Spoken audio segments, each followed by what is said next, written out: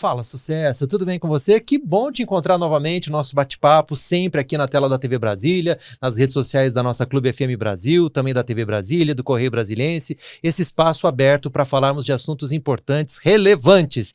É muito importante destacar, fazer o convite, se inscreva no nosso canal, para você saber de todos os detalhes. Ativa também as notificações, sempre que tiver uma entrevista nova, um corte, um trecho especial, você vai ficar por dentro também, tá bom? Importante curtir também, dá aquele joinha, fortalece aí o nosso canal, deixa o seu comentário e pode deixar também sua dúvida, sua pergunta. O bate-papo de hoje é muito especial, eu estou muito feliz porque eu tenho certeza que vai fazer muita diferença, vai esclarecer um monte de dúvidas, inclusive dos papais e das mamães, também dos adolescentes e das crianças. Vou bater um papo hoje com a doutora Inês Catão, médica, psicanalista, psiquiatra da infância e da adolescência. Que bom que a senhora está aqui com a gente. Eu que agradeço, Arthur. Obrigado pela oportunidade de estar conversando com você e com seus ouvintes do Fala Sucesso. Que legal. A gente está muito feliz, é um bate-papo importante, porque saúde mental é tão especial, tão importante, é um assunto que tem que estar sempre em destaque, né, doutora? Eu acho. Como é que estão os nossos adolescentes, as nossas crianças? A gente vive um período tão desafiador da história da humanidade. Como é que isso impacta na saúde mental de crianças e adolescentes em meio a uma pandemia? Impacta muito, né?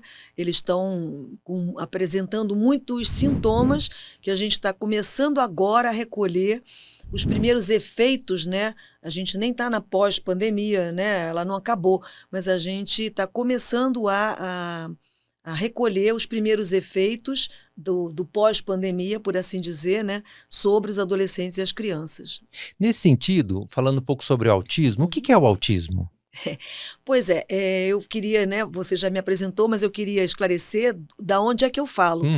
Eu falo do lugar de médica psiquiatra, né, da infância e adolescência, mas também sou psicanalista. Quer dizer isso que eu vou falar desse lugar e não de todos os outros que existem. O autismo hoje está tão falado e há muitas pesquisas, muitos pesquisadores de vários ramos, dietas, pesquisas genéticas, enfim. Eu vou falar desse lugar de psiquiatra, né, da rede pública do DF e de psicanalista também, e, portanto, é daí que vem os meus pontos de vista. Então, eu, hoje, depois de trabalhar há muitos anos com crianças autistas, porque no serviço público eu atendo só crianças de 0 a 12 anos, eu acho que o autismo, eu encaro o autismo não como uma doença, o que pode parecer estranho para um médico, mas eu sou psicanalista, eu já disse, então não encaro como uma doença. Aliás, todos os chamados transtornos mentais eu encaro como posições do sujeito. O que é isso? Como respostas de cada um de nós, né? Como é que cada um de nós se coloca na relação com o outro. Então, o autismo não é diferente disso, e quando eu digo isso, eu não acho que é uma posição vantajosa, não é? Tem a ver com um impasse no desenvolvimento da criança, lembrando que o desenvolvimento não é só orgânico, ele é orgânico e psíquico e que eles andam entrelaçados e que justamente, não é, aquilo que a gente vê como a clínica do autismo na criança, que é dela que eu vou falar, é resultado de um impasse em determinados momentos desse desenvolvimento psíquico. Resulta naquela clínica. E, portanto, não é propriamente que seja uma doença, mas um modo de funcionamento que difere do modo de funcionamento da maior parte das crianças. O mundo que a gente vive hoje, de alguma maneira, estimula mais? Olha, eu acho que é muito provável, eu não sou antropóloga, não sou socióloga, mas é muito provável que o nosso modo de vida hoje esteja estimulando uma certa autistização de todos nós. Né? Então, nada contra as mídias digitais, a gente tem benefícios com elas e a gente não volta atrás, não há saudosismo, mas é verdadeiro que o uso de telas, por exemplo, né, na primeiríssima infância, ele é contraindicado, tanto que a Sociedade Brasileira de Pediatria risca a tela entre 0 e 2 anos. Por quê? Porque tudo que se passa com o humano, todo o desenvolvimento do humano para que ele chegue realmente a ser humano, é na convivência, no convívio, é no vínculo com outro humano.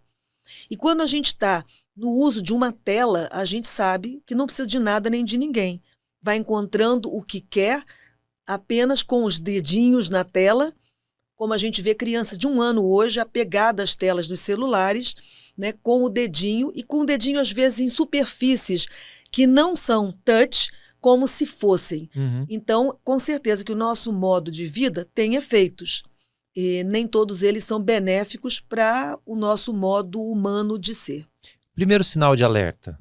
Do autismo? Isso. Há alguns sinais de alertas no primeiro ano de vida, alguns sinais de alerta, que eu vou até listar, mas que eu fico preocupada quando eu falo deles, porque eles estão muito divulgados já na internet, não tanto os do primeiro ano, mas estão muito divulgados, e isso pode levar os pais a autodiagnosticarem os seus próprios filhos, por isso eu estou dizendo autodiagnosticarem os seus filhos, quando a posição de pai e mãe deve ser essa, a de pai e mãe, que já é tão difícil, na sustentação do que acontece com o filho, na escuta do que acontece com ele. E as crianças estão muito sozinhas hoje, né? Elas estão muito sem pai nem mãe, mesmo quando elas os têm. Não é? A solidão acompanhada.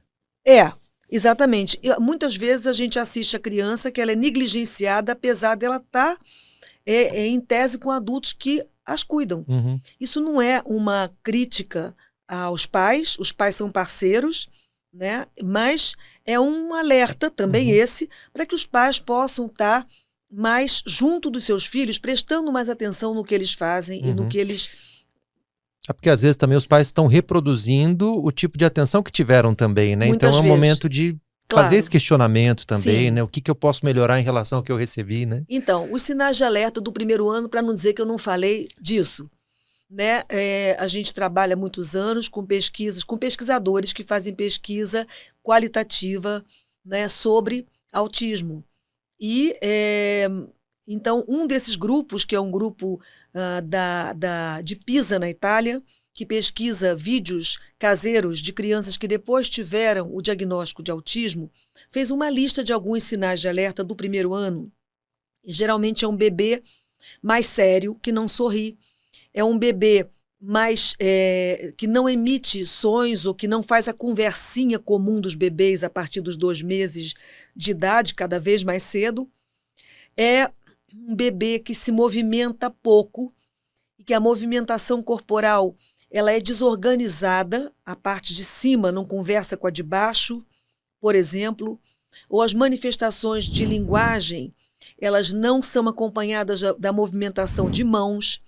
Não é? É um bebê que ele reage ao modo cantado da mãe falar com ele, não é? Mas ele não chama, né, pelo outro para a interação. Um bebê que vai bem, ele já nasce querendo interagir com o adulto que o cuida. A coisa mais importante para o bebê quando ele nasce é a interação. Ele busca o olhar, ele busca a voz que ele já ouvia antes de nascer. Isso é mais importante do que o próprio leite que ele vai mamar.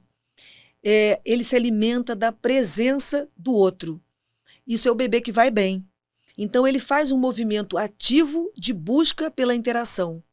E o bebê que não vai bem, no primeiro ano de vida, já é um bebê que não faz essa busca.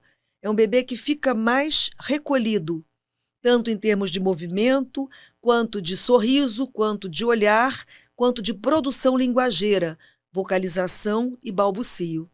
Então, esses são alguns dos sinais de alerta do primeiro ano de vida. São difíceis de ver. Hoje, menos do que já foram, porque hoje, às vezes, tem uma avó, um avô, um vizinho, um tio, que percebem. Para os pais, é muito difícil ver algum problema no seu próprio filho ou filha. Então, nenhum pai ou mãe deve se culpabilizar por isso, porque é difícil mesmo.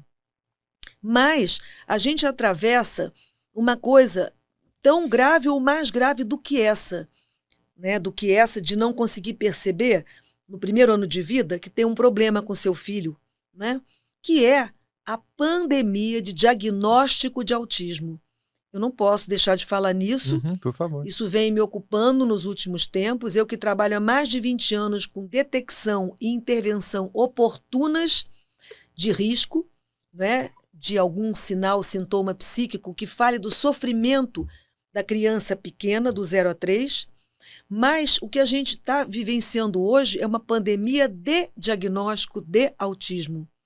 Eu trabalho num serviço de referência da Secretaria de Saúde, que é o COMP, e lá a gente, de uns anos para cá, está fazendo um trabalho que é da retificação diagnóstica, porque a gente já recebe a criança diagnosticada e maioritariamente diagnosticada como autista, e às vezes esse diagnóstico está correto, outras vezes não.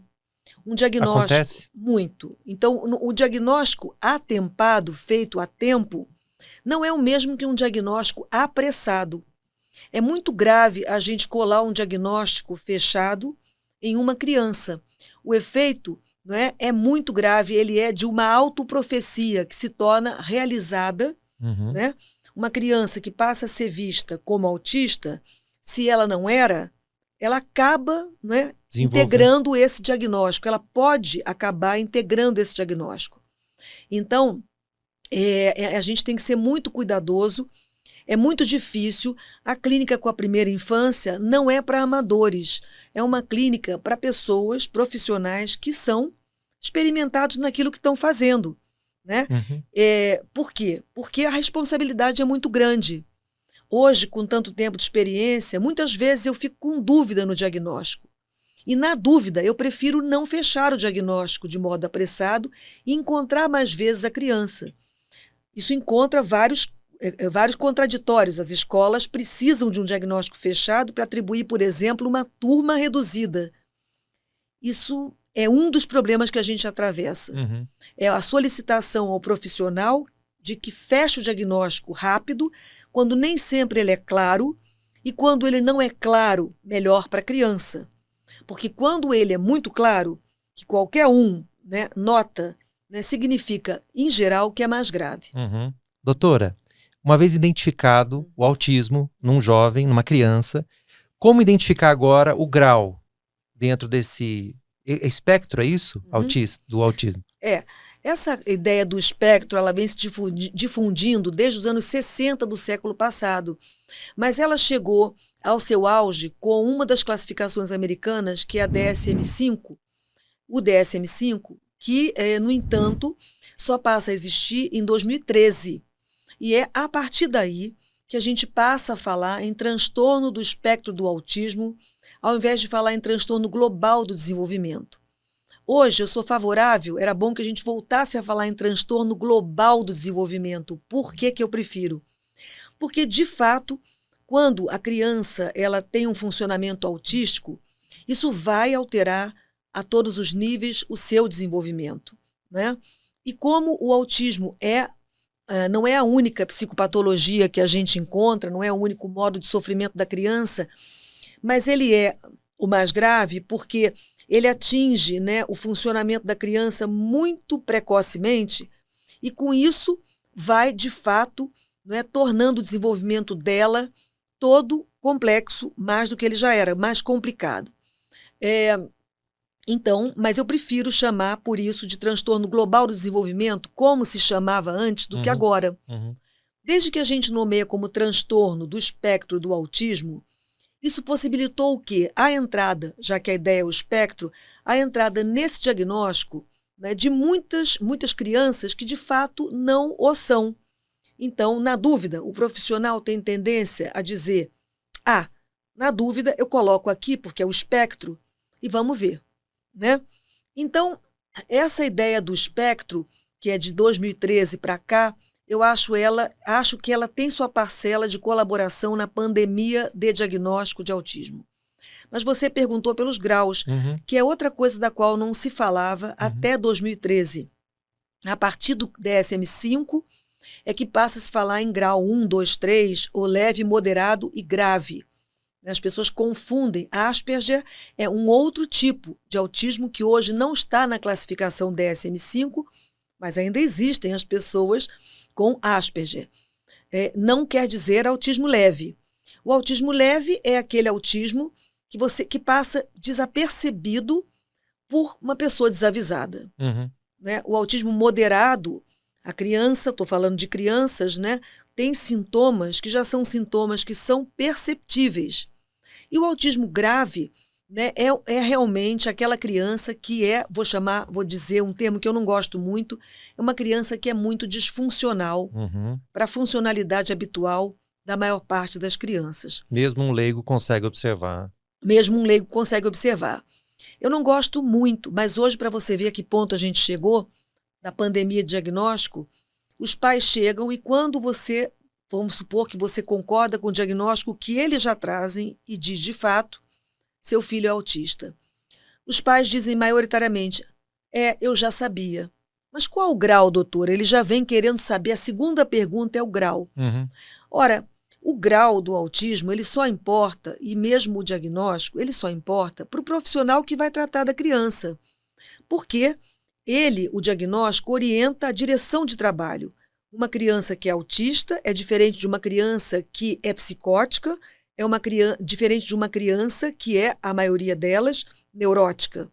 Então, o modo de trabalho com ela, todas podem apresentar sintomas e sofrimento. O modo de trabalho é diferente, de acordo com o diagnóstico, que é uma hipótese sempre, que você faz sobre o funcionamento daquela criança e que vai ser confirmado ou não no decorrer do tempo que você trabalha com ela. Então, muitas vezes a gente precisa, inclusive, de um tempo trabalhando com a criança para perceber de fato como ela funciona. Uhum. Então, a questão do grau, eu não gosto muito, mas é certo que hoje as famílias já vêm perguntando qual o grau, né, da criança no espectro do autismo. Você falou sobre família. Uhum. Imagino que a família também precisa de ajuda, né? Como é que é feita essa ajuda, esse acompanhamento? Que tipo de cuidado a família também precisa receber para lidar com essa situação? Com certeza a família precisa de ajuda. Não há como você trabalhar com uma criança sem atender a família. Uhum. E os pais precisam de ajuda não só no momento em que recebem o diagnóstico, que aparentemente hoje é menos impactante, porque há tantas crianças diagnosticadas autistas, que hoje os pais já nem sentem mais tanto o impacto desse diagnóstico como antes. Mas é claro que precisam de ajuda, precisam ser escutadas sobre o efeito desse diagnóstico sobre elas, né, a mãe, o pai, né, e a gente poder ir tirando as dúvidas, porque os pais ficam desorientados, né, se não estavam desorientados já desde antes, eles ficam desorientados em relação a como proceder com essa criança. Uhum. Vamos educar como os outros? Ou não? É para atender ou não? É para corrigir o modo dele, as manias que ele tem, né? Doutora, ele tem o hábito de ficar com um objeto na mão sacudindo. É para tirar ou para deixar? Desorienta os pais. E como lidar com aqueles pais que negam o diagnóstico, preferem ter uma atitude de não acreditar? Como é que faz, doutora, num caso desse? Olha, é curioso que é muito comum que seja a mãe, não é sempre, mas é muito comum que seja a mãe a buscar ajuda achando que tem alguma dificuldade com o filho. E o pai, em geral, é aquele que diz, não tem problema nenhum, você está exagerando. Há casos diferentes desses, né? Mas habitualmente é assim. Não é? Algum nível de negação a gente faz sobre os próprios filhos. É muito difícil que a gente veja um problema nos próprios filhos, porque, na melhor das hipóteses, a gente se identifica com eles. Né? E quando você se identifica, no seu filho você se identifica com o melhor de si, né? Com aquilo que você gostaria de ser. Né? E há uma dificuldade que é esperada nos pais de verem um problema no filho. Entretanto, quando de fato ele existe, é importante que os pais se deem conta e há um tempo de um trabalho que a gente chama de trabalho de luto, porque é um trabalho que equivale à perda do filho ideal. Né? Projeta-se isso, né? Exatamente, quer dizer, você projeta tanto, não é, o melhor no seu filho, quando tudo vai bem, quando isso não se realiza, né, você tem que fazer um luto desse filho ideal, que é também fazer um luto desse ideal seu, né, sobre você mesmo. Uma pergunta, voltando um pouco atrás do que você disse, eu fiquei um pouco na dúvida. Uma criança que talvez nunca apresentasse nenhum tipo de transtorno, nenhum tipo de mudança, nenhum tipo de problema, dificuldade mental, psicológica, mas que está num ambiente de negligência, que está num ambiente em que falta alguma coisa, ela pode desenvolver algo que pareça um autismo? Olha, em primeiro lugar, dizer que em todo ambiente sempre falta alguma Uhum, coisa. Não há nenhum ambiente total e que tenha tudo que uma criança precisa. E a falta de alguma coisa no ambiente da criança, ela é importante também para a criança. Por exemplo, a mãe de um bebê, ela tem que voltar a trabalhar. Isso também é importante para o bebê. Agora, a forma como a gente vai lidar com isso, a própria mãe e quem fica responsável pela criança, responde por uma parte, né, do destino dessa situação que é corriqueira. As mães cuidam dos seus bebês até um certo ponto e depois têm que fazer outras atividades. Então, isso em si não é um problema. uhum, A criança negligenciada não é aquela criança que vai ser autista. O autismo, é preciso que a gente frise que a etiologia, a causa, ela é desconhecida. Nós, psicanalistas, fazemos a hipótese de que há um atraso, um desarranjo na montagem do funcionamento mental, vou chamar assim, psíquico, desde muito cedo. Por que acontece isso? Não sabemos. uhum. Né? Então, hoje, a causa do autismo está em estudo. E há várias pesquisas de diversas ordens. Se você chamar aqui um geneticista, vai falar disso de uma forma totalmente diferente daquela que eu estou falando. Crianças negligenciadas desenvolvem sintomas de sofrimento, mas não desenvolvem sintomas autísticos. Uhum. Crianças tratadas de modo mecânico, acolhidas, aspas, em acolhidas de modo mecânico, é só a gente pensar nos experimentos do Spitz, né, e do hospitalismo que ele próprio descreveu, de crianças que eram atendidas com uma maternagem que não era uma maternagem implicada, era troca a fralda, dá de comer e bota para dormir, sem considerar, sem conversar com a criança. É muito importante conversar com o bebê, é muito importante conversar com a criança. Conversar de verdade, perguntar coisas mesmo que ele não responda, mesmo uma criança autista. Uma criança autista pode até ser deficiente auditivo, mas pode não ser. A maioria dos autistas não tem nenhum problema de audição, nem de compreensão, Uhum. mesmo que ele não responda a você. É muito importante conversar com uma criança. Ela vai falar, né, porque ela é validada no código da língua. Ela vai falar porque você, que é o adulto que cuida, validou o que ela diz. Não quer dizer que você vai fazer o que ela quer ou o que ela pediu. Há uma confusão nos pais hoje, que ou não ligam para o que a criança fala, não importa, não entendi, pouco importa, ou acham que validar o que a criança diz é fazer o que ela quer. E você assiste situações bizarras, perguntando para a criança pequenininha, né? Você quer o quê, meu filho? Aí oferece 3 opções para a criança que não tem condição de fazer aquela opção naquele momento dela. Escutar a criança não é isso, mas é importante ouvir a criança. Não sei se eu me distanciei da tua pergunta. Não, foi super importante a sua resposta. A cura para o autismo, e não havendo, é possível uma pessoa que está, de repente, num nível, num grau, regredir com um bom acompanhamento, algum tipo de terapia?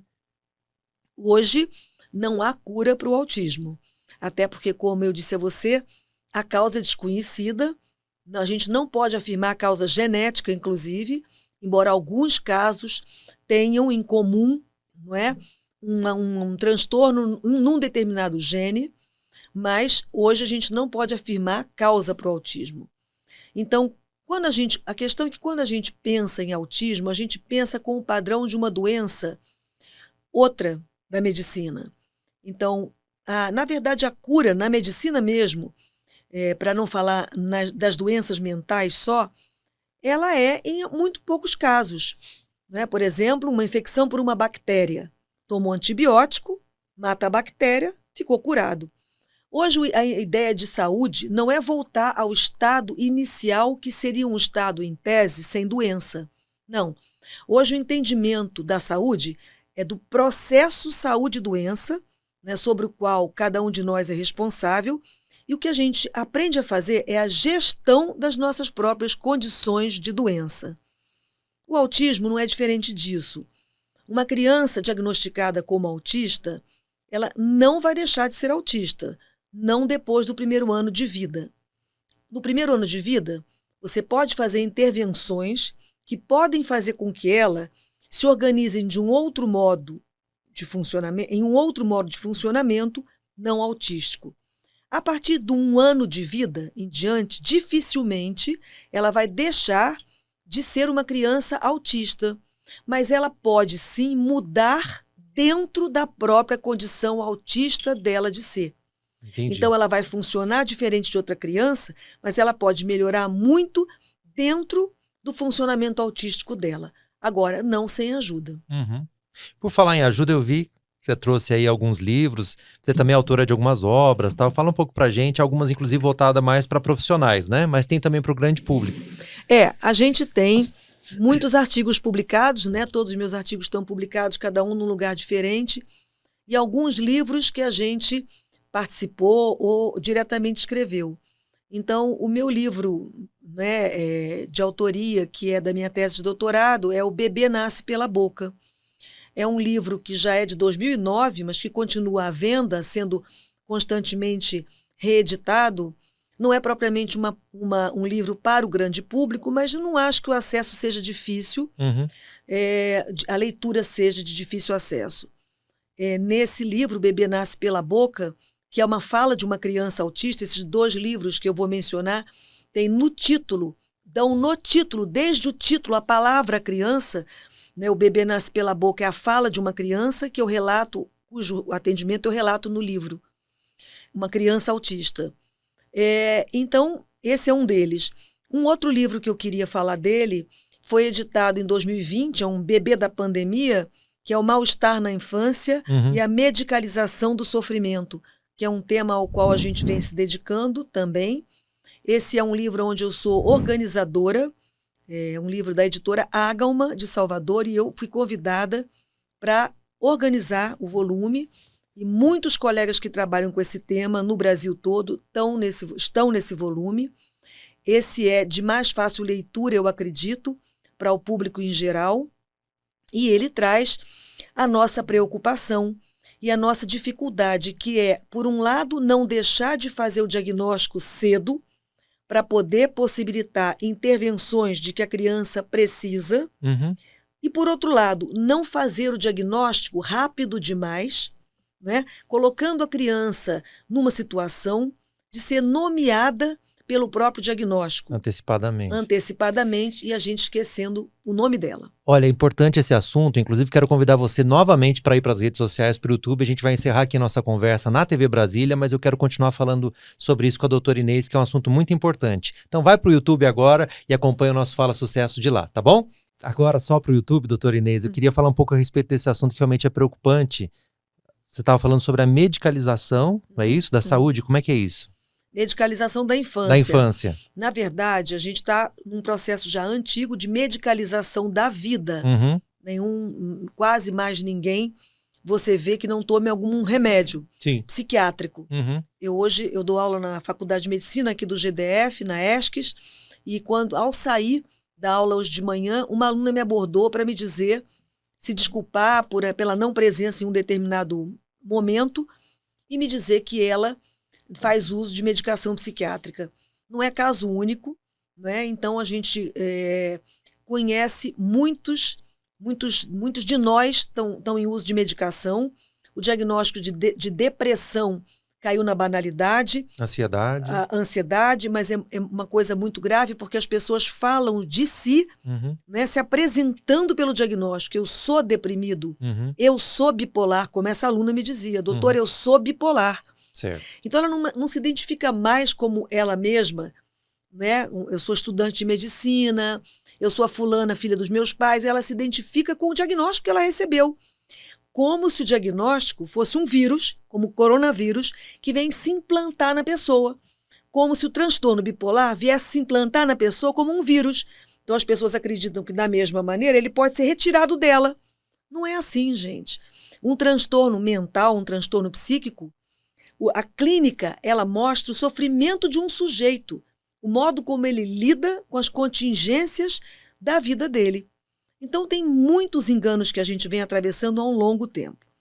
Na infância, chegou a vez de medicalizar as crianças. Então, o que a gente vê hoje? Os próprios pais olham para as crianças procurando se ela tem algum problema ou não. Doutora, eu vim aqui para saber se meu filho é autista, porque eu estou preocupada. Ele não faz isso, ele faz aquilo e começa a listar os sinais e sintomas que estão no Google. Uhum. Isso é muito grave. A gente deve olhar para a criança, né, pensando que tudo vai bem. E não olhar para a criança procurando o que vai mal. Uhum.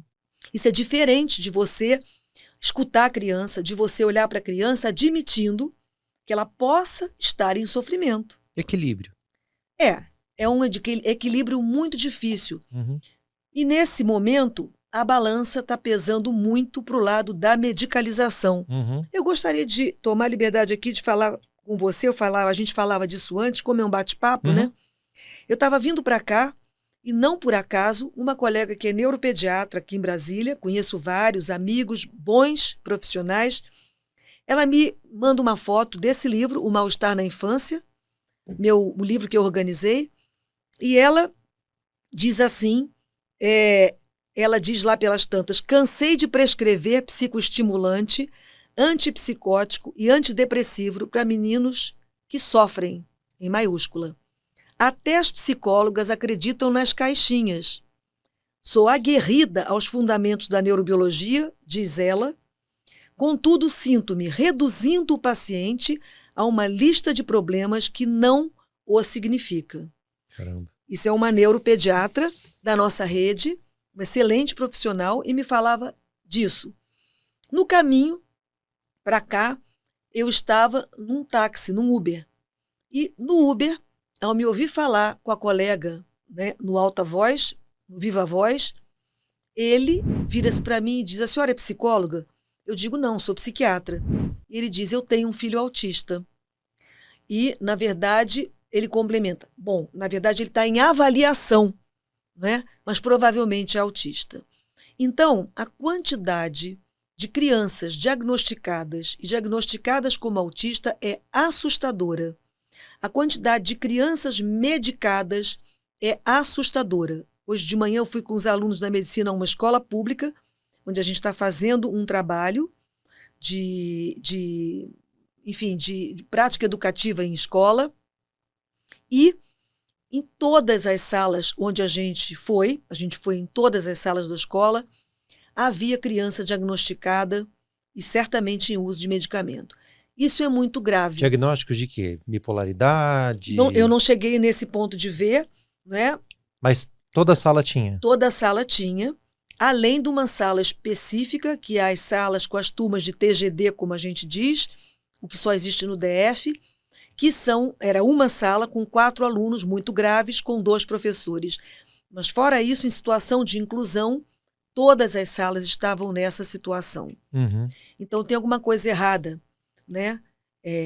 A gente está chegando na situação da Casa Verde, né? Onde todas as crianças, não é possível que todas as pessoas estejam com problemas psíquicos graves, ou por outra.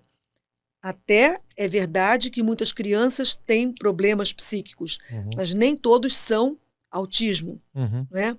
Então, e nem todos precisam de medicação, porque é preciso que a gente também diga que não existe medicação específica para os transtornos mentais. Elas são todas sintomáticas. O que não, paliativos? Paliativos, do que não quer dizer sintomáticas, né? O que não quer dizer que elas não tenham seu valor, não é? O indivíduo está sofrendo, é claro, vai amenizar. Há situações em que a gente deve lançar mão do que usar bem, saber usar bem, com a dose certa, claro. Mas isso é diferente de acreditar ao medicamento todas as expectativas ou de só tratar a criança, né, medicamentosamente, ou de prescrever altas doses de medicamentos para as crianças, ou de colocar a criança numa situação, como a gente tem visto, a criança não tem nenhum tempo livre, ela passa todos os momentos da semana em atendimentos com compromissos, ela vai num turno para a escola e no outro turno ela vai a vários especialistas. E mesmo a recreação também é um compromisso do tipo professor disso, daquilo outro, que na verdade é um compromisso para a criança, né? Que é útil, mas não deixa de ser uma agenda cheia, né? Criança precisa de agenda vazia, precisa de tempo livre. E a se continuar como está, eu sei que eu vou fazer uma pergunta aqui totalmente para saber a sua opinião, foge um pouco da ciência. Qual o risco nós estamos correndo pensando na sociedade? Bom, a nossa sociedade não vai muito bem, né? Mas a gente continua, né, sendo esperançoso, né? A gente tem que colocar nossa aposta no melhor, como quando a gente recebe uma criança autista, por exemplo.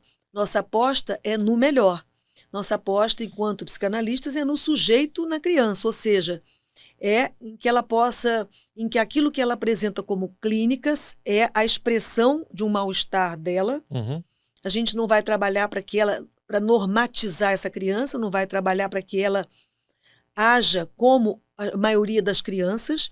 A gente não vai retirar o objeto dela, porque isso é totalmente contraindicado. A gente não vai trabalhar para que ela funcione como as outras. A gente vai trabalhar para que ela funcione o melhor possível dentro das possibilidades dela. Então, eu acho que a gente estaria melhor como sociedade se a gente pudesse aceitar as nossas diferenças e trabalhar não para que todos sejamos iguais, mas para que todos sejamos tolerantes com as nossas diferenças e para que a gente possa desenvolver o melhor da nossa potencialidade, sempre pegando o que cada um tem de único e como essa pessoa pode contribuir socialmente a partir disso que é só dela, que lhe é singular. Quem está assistindo o nosso bate-papo e que de repente precisa de mais informações, ficou curioso, está preocupado com o filho, etc., o que fazer? Procurar que tipo de profissional? Onde encontrar a doutora Inês? Pode entrar em contato comigo, sem dúvida nenhuma. Eu estou no Instagram, @catãoinês. Eu estou no Facebook também, não é? Meu contato é público, não tenho nenhum problema com isso. Eu trabalho também na Secretaria de Saúde, no ambulatório especializado em saúde mental para a infância, que é o COMP, que fica ali ao lado do Hemocentro, no início da Asa Norte. Nós somos uma equipe, eu faço parte dessa equipe já há 15 anos, e o acesso a essa equipe hoje é pela regulação. A pessoa deve ir ao posto de saúde e pedir para ser encaminhado para o nosso serviço. Ao contrário do que se pensa, não está demorando o primeiro atendimento, o atendimento inicial. Nós lutamos com muitas dificuldades, mas somos o serviço de referência para a saúde mental da infância 0 a 12. A partir dos 12, é o grupo de colegas que trabalha no Adolescentro. Então, eu acho que uma criança que apresenta comportamentos difíceis, inesperados, na comparação com outras crianças, ou que os pais estão preocupados, eles devem procurar os profissionais da saúde mental.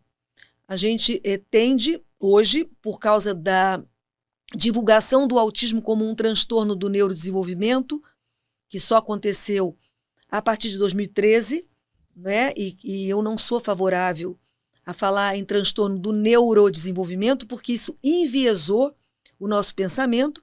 A gente passou a pensar que o autismo é um transtorno neurológico, que não é, e a gente passou a encaminhar essas crianças para os nossos nobres colegas neurologistas. Sou amiga de vários, não é nada em relação a esses profissionais, mas há um enviesamento que faz com que a gente pense que a gente deixe de lado a saúde mental. E pense, né, que é o mais fácil, né, a gente se afaste dela, porque todo mundo, é mais fácil para um pai, para uma mãe, pensar que o filho tem um problema neurológico do que pensar que tem um problema mental, né? E isso faz com que as pessoas se afastem dos profissionais que estão balizados, capacitados para fazer essa escuta. Parabéns pelo seu trabalho. Obrigada. Obrigado, a gente que agradece. Eu agradeço a oportunidade. Toda a sua classe, os profissionais que estão ali são muito importantes, uma gratidão eterna mesmo, mas de uma forma especial o trabalho que você tem feito. Obrigada. Tenho amigos, inclusive, que têm um apreço muito grande pelo seu trabalho, então, em nome deles, eu quero agradecer e de muitos outros também. E eu tenho certeza que você gostou dessa conversa, já vou aproveitar e convidar a doutora Inês para participar de outras conversas, outros encontros aqui. Esse é um assunto que chama muito a minha atenção e a nossa proposta é justamente oferecer para você algum esclarecimento, algum alento ou um caminho para que você possa lidar com as dificuldades do dia a dia aí. Gostou? Então se inscreve no nosso canal, bate um papo com a gente sempre aqui, ativa as notificações e participa sempre. Amanhã com certeza a gente volta com mais um encontro bem especial na TV Brasília e também no YouTube. Obrigado, doutora. Eu que agradeço. Obrigada.